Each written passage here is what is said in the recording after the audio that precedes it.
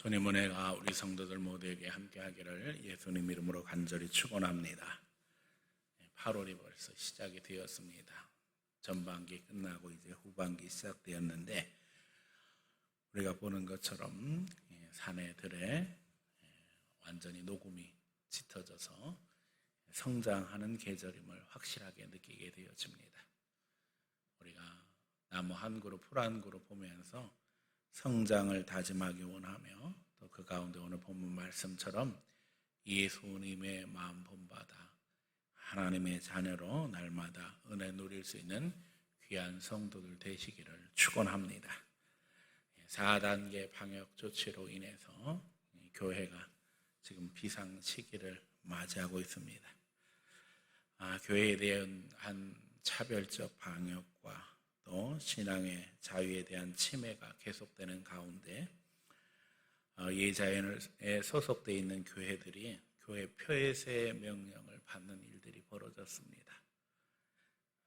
그리고 또 예배를 드렸다고 해서 이제 고발되는 사례들이 생겼습니다.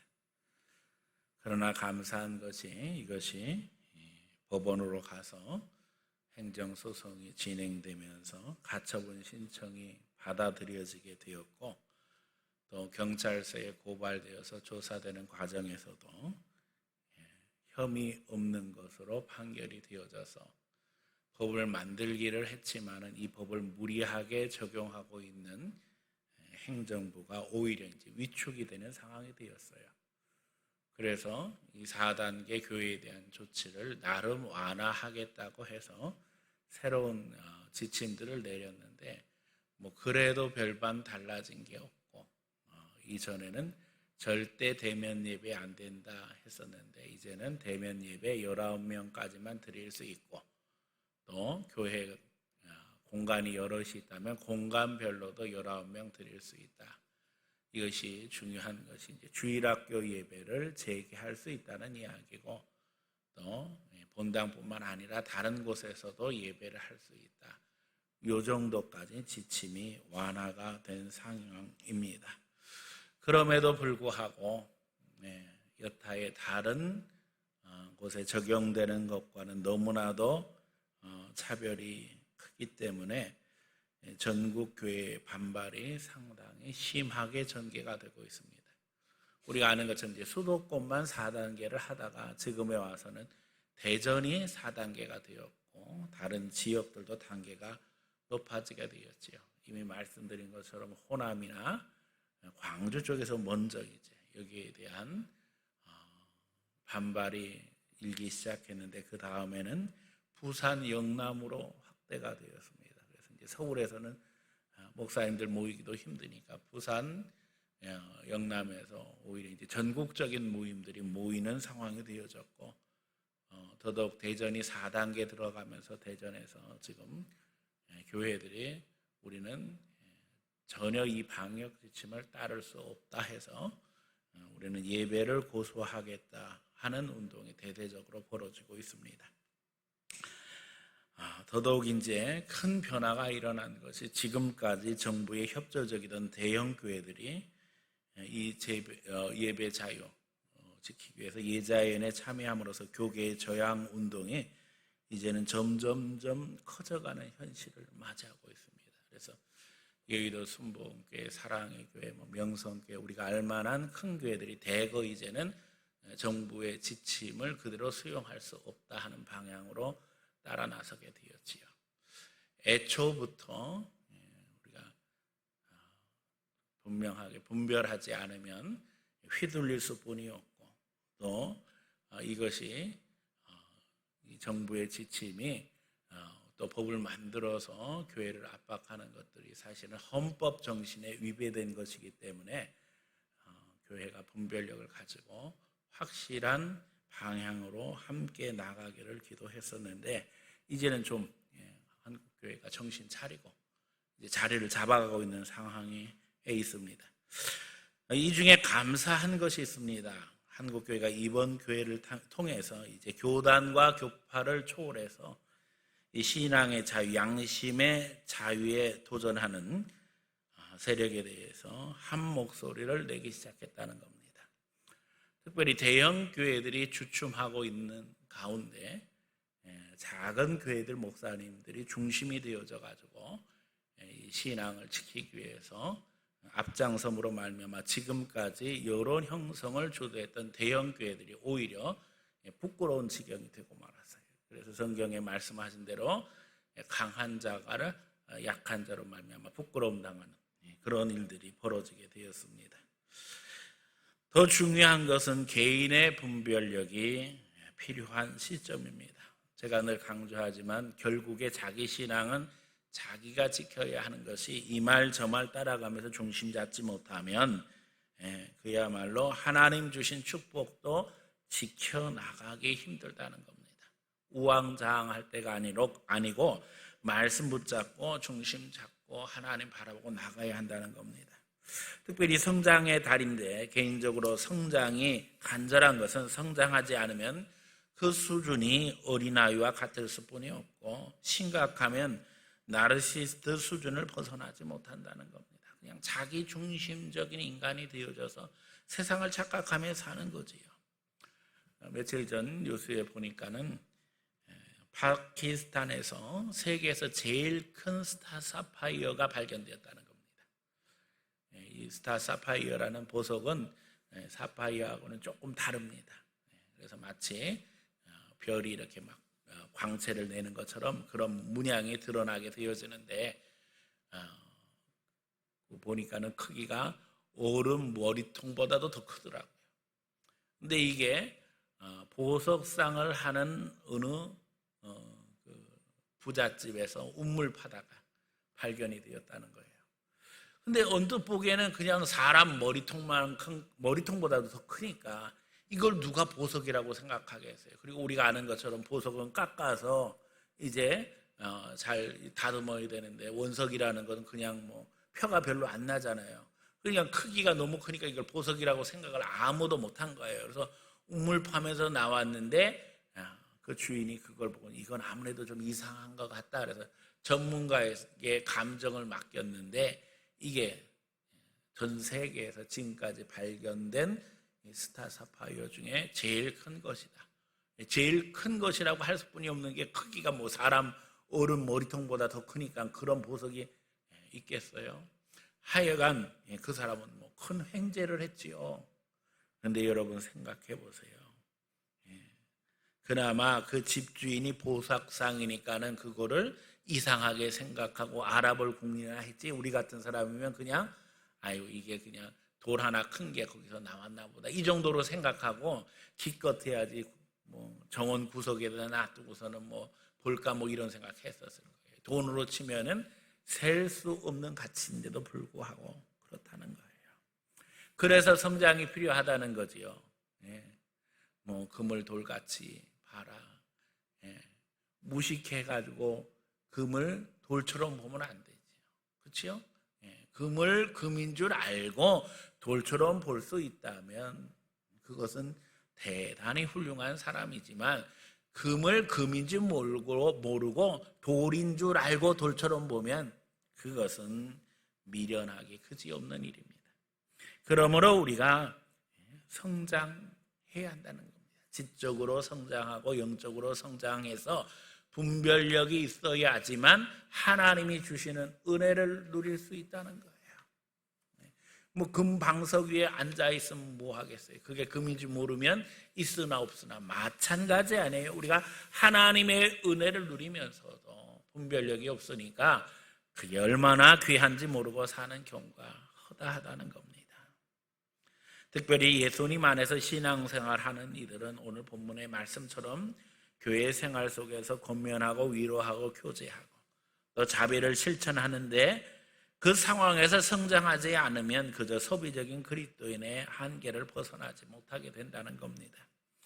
그러기에 오늘 본문처럼 우리는 예수님 마음을 품고 예수님께 배워야 하며 실천해야만 합니다. 오늘은 예수님의 마음을 품은 자의 모습을 점검하며 예수님처럼 성장하기를 원합니다. 그래서 오늘 말씀 거룩한 마음의 모습이라는 제목으로 하나님의 은혜를 나누고자 합니다. 이 빌립보서 2장 초대교회에는 찬송처럼 하나님 앞에 불려졌던 본문의 내용입니다. 이 말씀 통해서 은혜 받기 원하며 성장하기 원하며 주의 축복 누리기를 예수님의 이름으로 간절히 축원합니다. 첫 번째, 한마음 품자는 겁니다. 우리는 성령 안에서 하나이며 그러기에 우리의 사랑은 예수님의 사랑입니다. 그러니까 예수님의 사랑을 가지고 나아갈 때 비로소 한마음 된다는 거예요. 동기와 목적이 동일하기에 우리는 하나가 될 수 있으며 그러기에 협력, 연대할 수 있다는 겁니다. 이것이 성장한 그리스도인의 모습이며 훈련을 통해서 더더욱 우리는 주 안에서 하나가 되는 것입니다. 물론 실천의 방법은 다양할 수 있습니다. 그것은 성령이 주신 은사가 다양하기 때문에 너무나도 당연한 것입니다. 그런데 여기서도 마귀가 역사합니다. 우리가 분별력이 있어야 됩니다. 동기와 목적을 흔들어댑니다. 같은 목적, 같은 동기로 우리가 주의를 해야 되지요. 그런데 그것을 마귀가 흔들어댑니다. 또 성장, 실천의 다양성을 흔들어댑니다. 다양한 방법으로 실천할 수 있는데 이거 가지고 우리를 혼동시키지요. 이 두 개를 교묘히 혼동하게 만들어서 집중력을 떨어뜨립니다. 무엇이 하나가 되고 무엇이 다양성을 인정하는 방향이 되어야 하는가, 이게 분명해야 되는데 동기와 목적은 여러 가지가 되어지고 실천은 하나가 되어야 되는데 이러면 이제 마치 전제주의 국가처럼 교회가 타락하게 된다는 겁니다.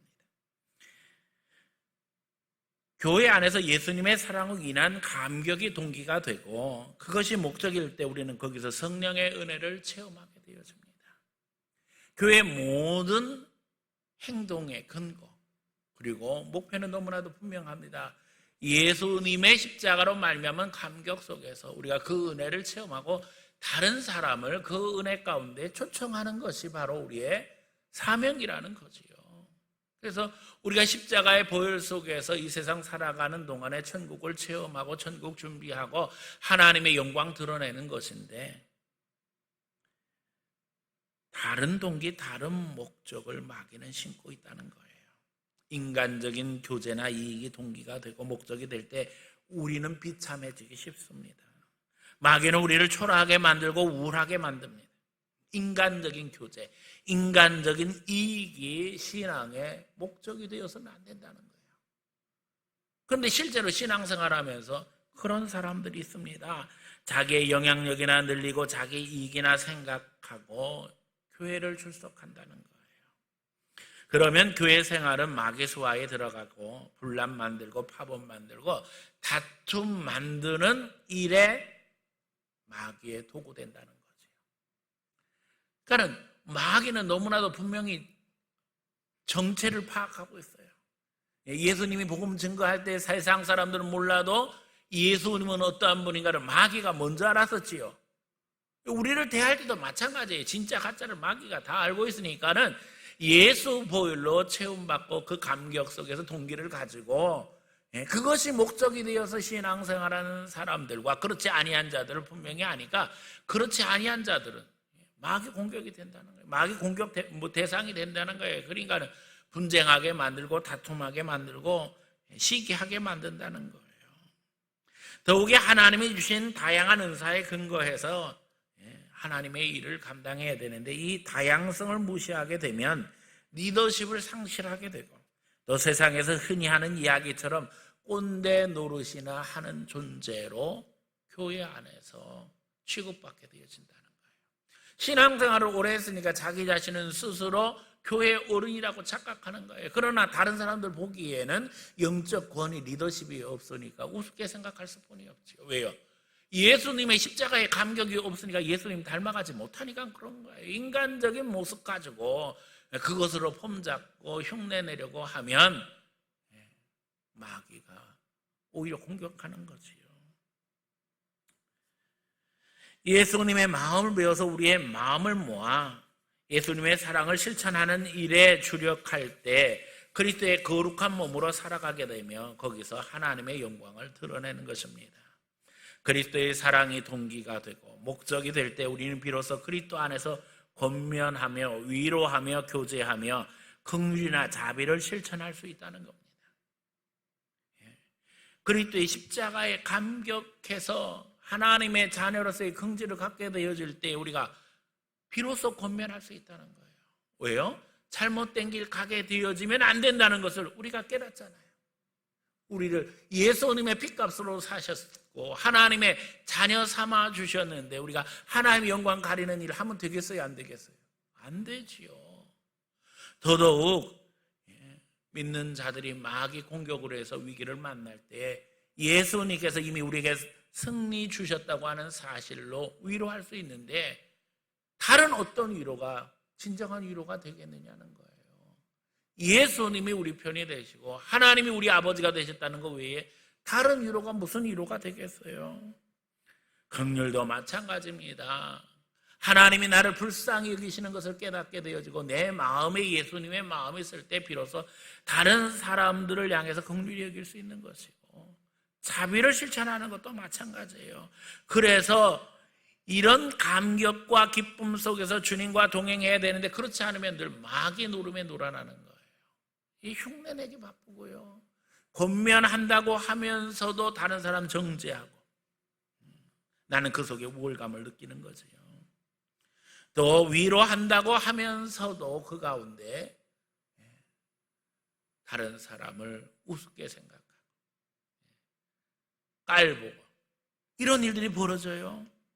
교제한다고 하면서도 인간적인 이익을 추구하고 그래서 내가 이만큼 했으면 너도 이만큼 해야 한다고 하는 계산적인 생각들이 우리 마음을 지배하게 된다는 거지요. 더더욱 긍휼히 여기며 구제를 하는 상황에서 그리스도의 사랑 없이 이러한 것들이 가능하겠습니까? 오늘 마귀에게 휘둘려서 착각하게 되고 정죄하고 심판하고 판단하고 평가하는 수준으로 떨어진다면 우리가 어떻게 하나님 안에서 신앙의 기쁨을 누리며 살아갈 수 있겠습니까? 감히 우리가 누구간데 하나님의 자리에 설 수 있겠습니까? 심판하시는 분은 하나님이신데 그러므로 겸손해야 한다는 것입니다. 두 번째, 겸손한 마음으로 하자는 거예요. 예수님의 십자가를 체험한 사람은 겸손하게 되어집니다. 다툼이나 허영으로 다른 사람들을 제압하려 하는 것이 아니라 낮아진 마음으로 다른 이들을 헤아리게 되고 그들을 돕기 위해 애쓴다는 것입니다. 십자가의 감격 속에 들어간 사람은 자기를 자랑할 것이 없다는 것을 알게 되어져요. 왜요? 주님 앞에 나는 죄인이고 나는 연약하고 부족하다는 걸 깨닫게 되어지잖아요. 모든 것이 다 하나님의 은혜임을 고백하게 되어지지요.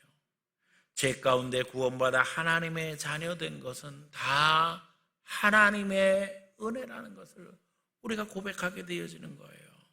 성령을 우리에게 주셔서 하나님의 일을 감당하게 하시니 또 믿음으로 살아가게 하시니 감사하며 감격할 것뿐이 없습니다. 그러나 성령의 은혜 가운데 들어가지 못하면 남을 배려할 수도 없고 겸손해질 수도 없어요. 거듭나지 못한 이들은 자기를 자랑하고 싶고 자기를 드러내고 싶고 다른 사람들이 자기를 알아주기 원하고 그런 생각 속에서 행동합니다. 그러나 성령의 인도하심 받는 이들은 오히려 이런 것들을 분별하며 이런 행동을 하는 이들을 분별하게 됩니다. 오히려 성령의 인도하심을 받고 십자가의 감격을 체험한 이들은 아주 조용히 보이지 않는 곳에서 헌신합니다. 우리가 참 어려운 상황을 만나고 있지요. 자기 신앙 지키기도 참 힘든 세월을 만났습니다. 그러나 너무나도 감사한 것이 이런 상황에서도 교회를 위해서 열심히 봉사하시는 분들이 많아요. 묵묵히 청소 봉사도 하시고 차량 봉사도 하시고 보이지 않는 곳에서 헌신하는 분들이 있습니다. 그러나 거듭나지 못하면 리더십을 행사하기 원하고 그런 자리를 내심 갈망합니다. 그러니까 리더십의 근원은 예수의 능력, 성령의 역사하심인데 아니 성령으로 거듭나지도 못한 채 리더십 행사하려고 하면 그 배후에 뭐가 역사하겠어요? 마귀의 역사가 있는 거예요.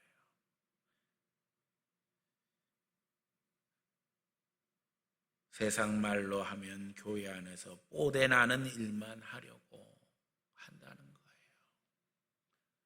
보이지 않는 것에서 십자가 지는 것은 다 피해가려고 하지요.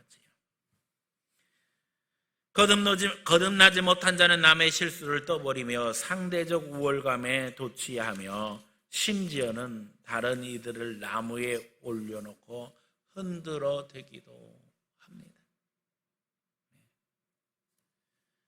이런 이는 사단의 종입니다. 교회에 온 마귀의 첩자입니다. 여러분, 조심해야 합니다.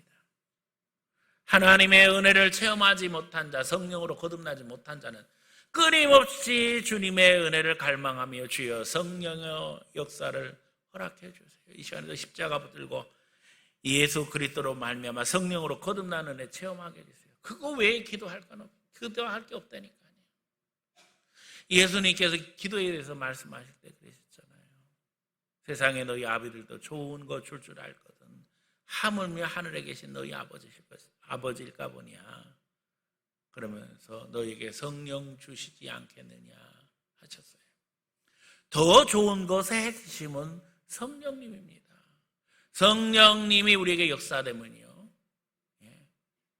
물고기를 잡아주는 것이 아니라 물고기를 잡을 수 있는 방법을 가르쳐 준다고 하는 이스라엘의 교육 방법처럼 우리가 그냥 주시는 은혜 가지고 만족하고 살아가는 것이 아니라 이제는 그것을 초월해서 인생을 개척하면서 다른 사람에게 하나님의 은혜를 나눠줄 수 있는 능력자가 된다니까요. 그러므로 우리는 성령의 은혜를 구하고 성숙한 그리스도인으로 하나님의 영광을 드러내야 할 것입니다. 무엇보다도 예수님의 낮아짐을 배워야만 합니다. 낮아지기 위해서 성장해야 하며 겸손하기 위해서 성숙해야 한다는 것입니다. 성장하지도 못했는데 낮아지라고 이야기하면 무슨 어린아이에게 걷지 말고 기어다리라는 얘기예요. 성숙하지도 못한 사람에게 겸손을 이야기할 수는 없어요. 겸손하기 위해서 우리 그리스도인들은 성숙해져야 된다니까요. 낮아지기 위해서 성장해야 된다는 거예요. 그러니까 성장이나 성숙이 반드시 필요한 것이 예수님의 모습을 실천하려면 반드시 필요한다는 거예요. 그러니까는 성장하지도 못하고 겸손하려고 하려니 얼마나 힘들겠어요. 흉내만 내다가 끝나는 거죠. 본인은 힘들고. 그러나 성령 안에 들어와서 예수님의 은혜를 감격하게 되어지면 이게 저절로 되어지는 거예요. 여러분, 날마다 주의 은혜 사모하는 가운데 예수님 모습으로 다듬어지고 그 가운데 하나님의 역사 이룰 수 있기를 축원합니다. 겸손하지 못한 것은 결국에는 다툼이나 허용으로 드러나게 됩니다. 그 배후에는 마귀가 역사하며 마귀는 우리의 교만을 부추기지요.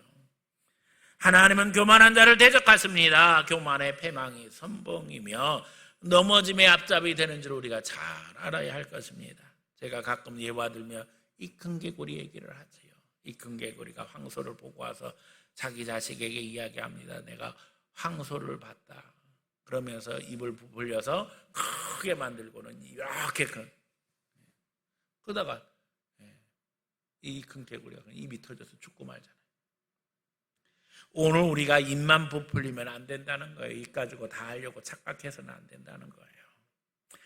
겸손한 자, 예수님 본받는 자, 날마다 예수님 묵상하는 가운데 하늘을 보자 버리고 이 땅에 오신 예수님, 낮아지신 예수님, 우리 위해서 어린아이의 모습으로 오셔서 가장 가난한 모습, 마구간 구유에 오신 예수님, 늘 기억하는 가운데 예수님을 본받으며 그 사랑에 감격하고 그 가운데 하나님의 인도하심 받는 귀한 성도들 다 되어지기를 예수님 이름으로 간절히 축원합니다. 세 번째, 더 큰 기쁨을 구하자는 것입니다. 바울은 감히 오늘 본문을 통해서 이야기합니다. 나의 기쁨을 충만하게 하라. 4절이지요.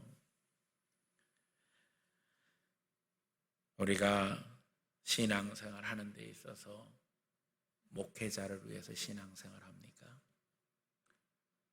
여기 빌립보 교인들이 무슨 바울의 기쁨조입니까? 바울이 뭐라고 이야기해요? 나의 기쁨을 충만하게 하라. 감히 어떻게 하나님의 종이 성도들에게 이런 말 할 수 있겠어요? 여기에는 중요한 진리가 있어요. 바울은 더 큰 시야를 갖고 하나님의 뜻을 깨닫고 있는 거예요. 사람들이 자기 한계를 벗어나 하나님의 뜻을 깨닫는 더 큰 시야를 갖게 되면 이제는 하나님의 기쁨을 깨닫게 되어지는 거죠. 다시 말하면 바울의 기쁨이 곧 누구의 기쁨이었다는 거예요? 하나님의 기쁨이었다는 거죠. 그러니까 바울이 담대하게 이야기할 수 있는 거예요. 나의 기쁨을 충만하게 하라. 예. 여기서 바울의 기쁨은 바로 주님의 기쁨이라는 거예요. 바울은 목회하면서 하나님의 마음을 깨달았어요. 그래서 감히 나의 기쁨이라는 말을 하고 있는 거예요.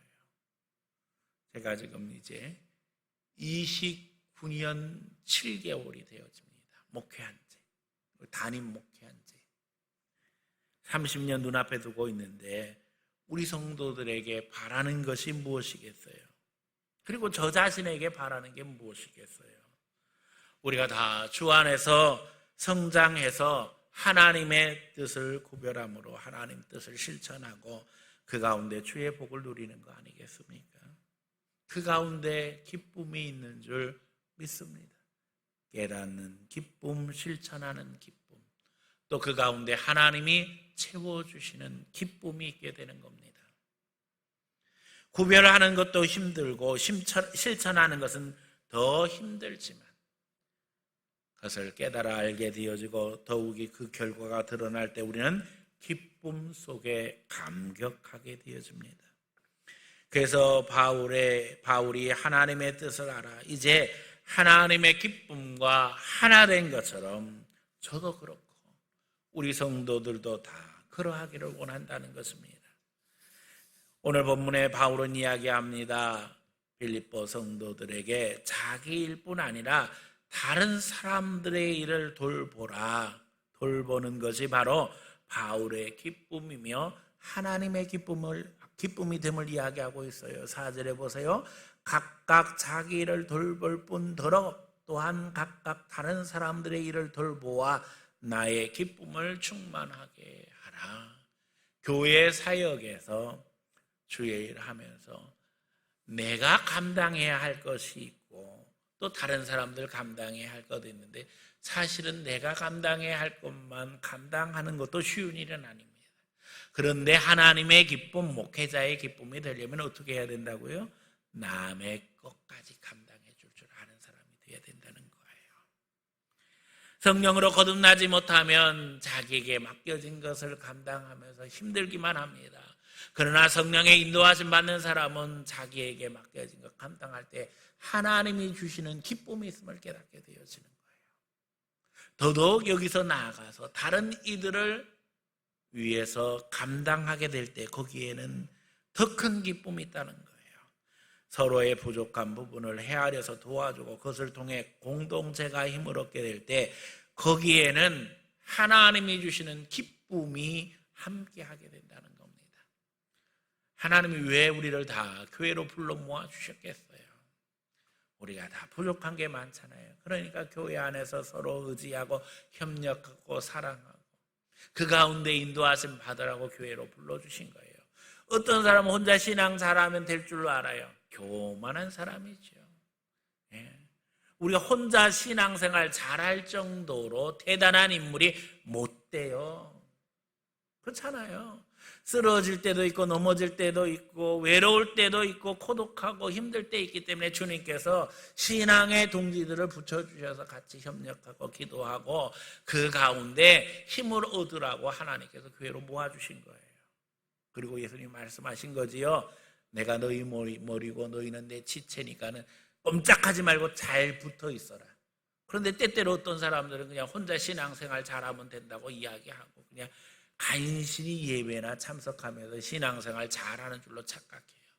천만의 말씀입니다. 그렇게 해서는 절대 성장할 수도 없고 하나님의 은혜를 체험할 수도 없어요. 우리는 주의 일을 하면서 다른 사람을 배려하고 또 다른 사람들 도와주고 내게 주신 사명을 감당하면서 하나님의 은혜를 체험하게 됩니다. 해보면 알아요. 해보면 우리의 부족함을 알거든요. 모자란 걸 알거든요. 그렇기 때문에 기도하게 되어지고 기도하는 중에 하나님이 채워주시는 것을 체험하게 되어지는 거예요.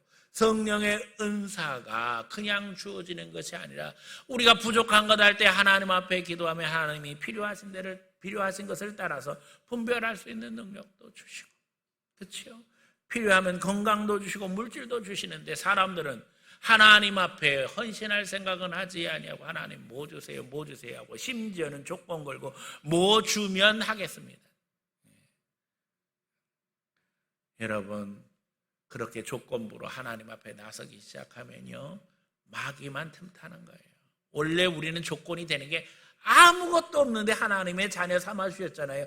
그것만으로도 감격한데 무슨 조건을 자꾸 걸어요. 애초부터 우리 건 아무것도 없는데 모든 것이 다 주께로 왔고 주께로 돌아가는데 착각하지 말라는 거예요. 그것 자체가 교만이고 배후에는 마귀가 역사하고 있다는 거지요. 코로나 사태를 맞이하면서 서로를 도와주고 챙겨주는 것이 간절한 상황이 되었습니다. 우리 주의 영혼들이 도태되지 않도록 위에서 기도하고 또 교제하고 안부를 묻고 전화해주고 카톡해주고 그 영혼을 위해서 하나님 앞에 사랑으로 다가가야 하는 상황입니다. 더더욱 다른 이들의 빈자리를 채워야 할 상황이라는 사실을 기억하는 성도들 되시기를 축원합니다. 코로나로 인해서 2,000명 정도 보니까 2,100명 가까이 이제 돼가는 것 같아요. 죽은 사람들이. 그런데 더 큰 문제는 이 기간 자살로 죽은 사람은 10배라니까요.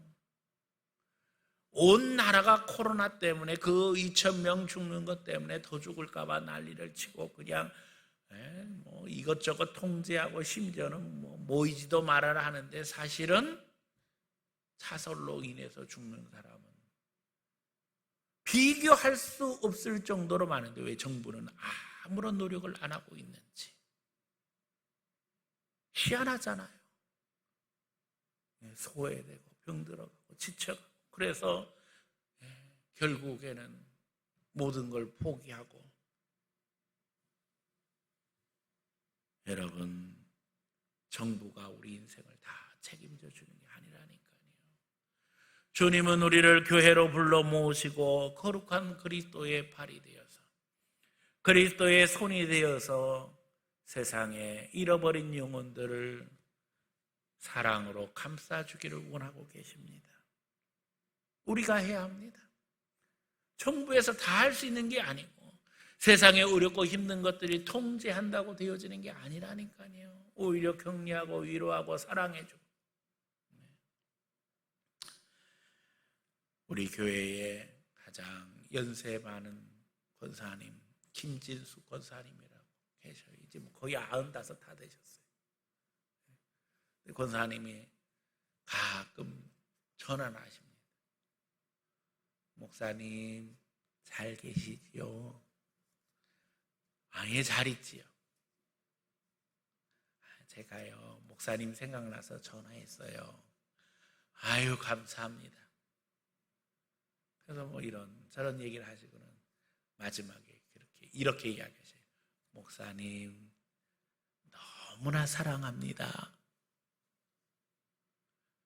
그 목사는 뭐라고 얘기하게 되겠어요? 권사님 저도 권사님 너무 사랑합니다. 제가 깨닫는 게 있어요. 우리 권사님이 목사를 가르치고 계시는구나. 제가 그런 말 잘 못하거든요. 제가 이렇게 상냥한 성격도 아니고 그렇게 참 친교적이지도 못해요. 제가 그런데 권사님이 전화를 통해서 목사님 너무 사랑합니다. 그러면 저도 권사님 너무 사랑합니다. 이래야지 뭐라고 그러겠어요. 권사님 저는 사랑 안 합니다. 이럴 수 있어요? 마음에 있는 생각이지만 입을 통해서 고백하게 되니까 위로가 되는 거예요. 목사에게도. 그렇다고 또 저한테만 전화해가지고 목사님 사랑합니다 이러지 마세요. 우리 교인들에게, 구역 식구들에게, 또 전도회 회원들에게, 어린아이들에게, 소외된 영혼들에게, 교회 나오지 못하고 지금 힘들어하는 이들에게 여러분 한마디 한마디 위로하고 격려할 때입니다. 예수님의 사랑으로 이웃을 돌보며 서로 챙겨줄 수 있기를 부탁합니다. 우리 교인 아니더라도 지금 너무 힘든 사람들 많아요. 위로해주고 격려해주고 위에서 기도해주고 이제 하나님 의지하고 함께 신앙생활해야 한다고 오히려 교회로 초청할 때입니다. 우리가 보는 것처럼 교회 사역에도 빈자리들이 생기고 있습니다. 함께 감당하며 믿음의 역사를 이루어야 할 때입니다. 이제는 예수님 바라보며 이 8월 성장의 달에 예수님 마음 갖고 예수님께 배워서 실천하는 성도들 되기를 원합니다. 그래서 차원이 다른 인생, 성령님과 함께 성령님의 도우심 받으며 성령이 주시는 감격 속에서 서로 협력 가운데 역사하는 하나님의 은혜를 체험하며 누리며 기뻐하며 감격하며 믿음으로 살아가며 천국의 은혜를 증가하는 귀한 성도들 다 되어지기를 예수님 이름으로 간절히 축원합니다.